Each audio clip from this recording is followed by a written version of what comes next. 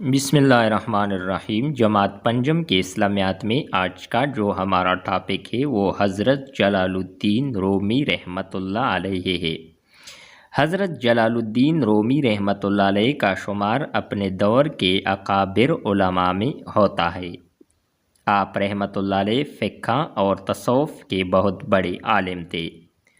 آپ رحمۃ اللہ علیہ ایک صوفی شاعر کے طور پر مشہور ہوئی۔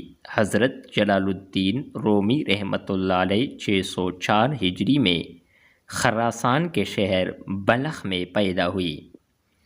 آپ رحمۃ اللہ علیہ کا نام محمد اور لقب جلال الدین ہے۔ آپ رحمۃ اللہ علیہ مولانا رومی کے نام سے مشہور ہوئی۔ آپ رحمۃ اللہ علیہ نے لوگوں کو میانہ روی اختیار کرنے اور غرور و تکبر سے دور رہنے کا درس دیا۔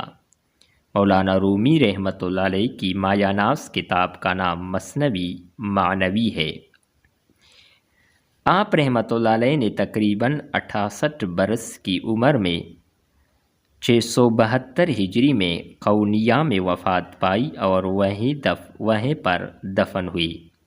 جاننے کی بات، حضرت جلال الدین رومی رحمۃ اللہ علیہ نے لوگوں کو تعلیم دی کہ اللہ تعالیٰ کے قرب اور دنیا و آخرت میں کامیابی کے لیے عمل، کوشش اور محنت ضروری ہے۔ یہ تھی ہماری آج کی ویڈیو حضرت جلال الدین رومی رحمۃ اللہ علیہ کے حوالے سے۔ نیکسٹ ویڈیو کے ساتھ دوبارہ ملتے ہیں۔ خدا حافظ۔